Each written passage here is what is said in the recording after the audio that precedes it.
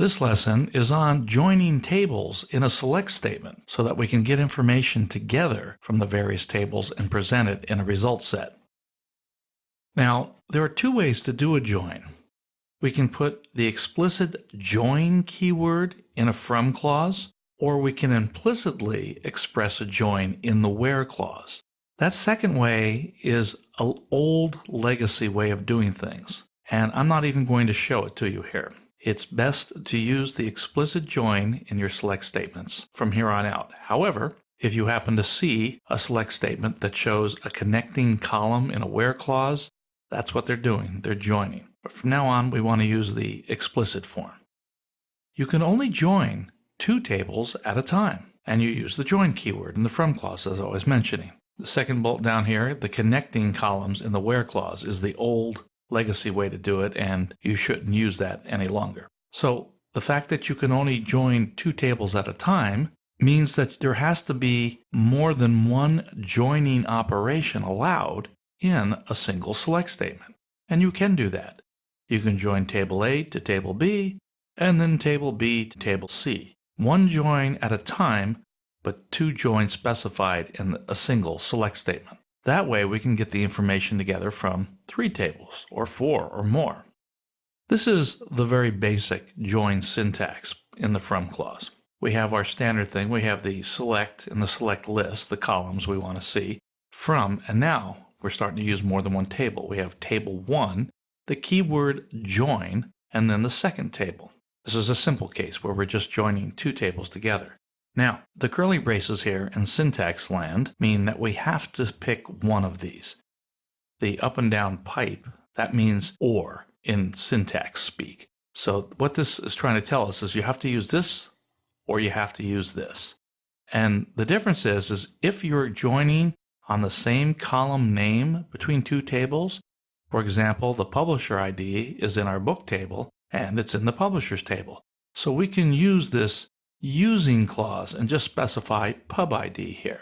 But if we don't have that, if we were joining one column in one table to another column in another table, different name, here, I have to connect them through an operator.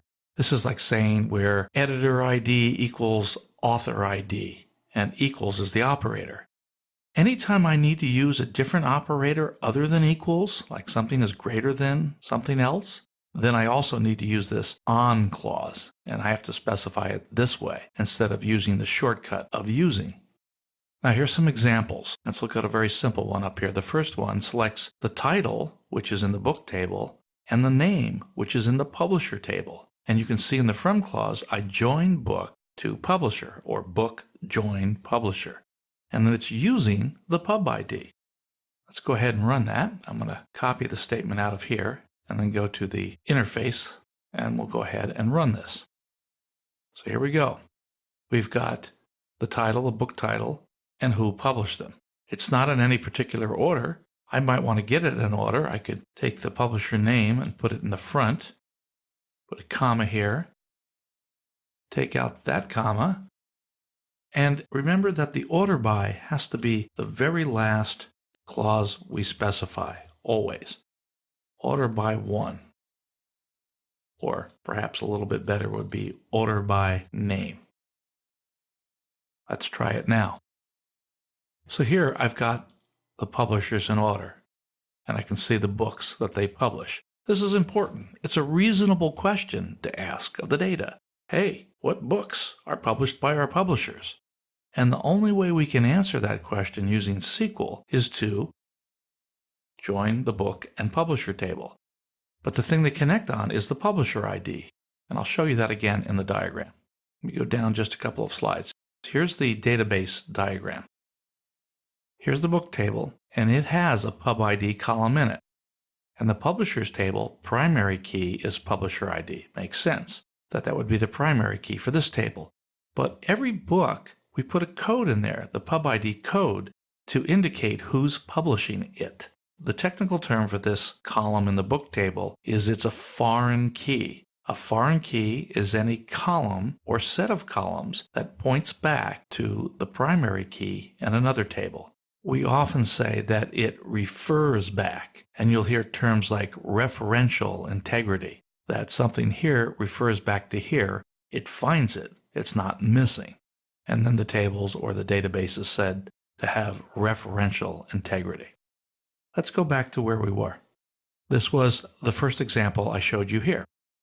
Let's look at another example. I could do it this way. I could say title, name, book, and publisher, just like I did up here. I could spell it out with the on clause instead of the using clause. There's nothing wrong with this. Book.pubid. This is qualifying this pub ID. It's saying, look at the pub ID in the book table and see that it's equal to the pub ID in the publisher table. And that works the same way. You can use aliases to make this process shorter. As we've seen already, we can use the using clause, which makes it even shorter. But if these column names here were not the same for some reason, we could use aliases. And here's how I do it. I have book T, I could say T or B, something mnemonic, just a little abbreviation that I define. Put space and I put the abbreviation there.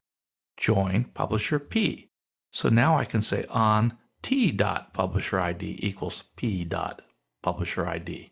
It's actually a little easier to read that way than to put in the full table names. In a real-world database, sometimes these table names can get quite long. They can be 30 or 40 characters each. And then these on clauses get harder to read. It's really better to take the shortcut. It's not just saving you typing, it's making things easier to read. This ends part 1 on using joins. I'll pick up with this lesson in the next one.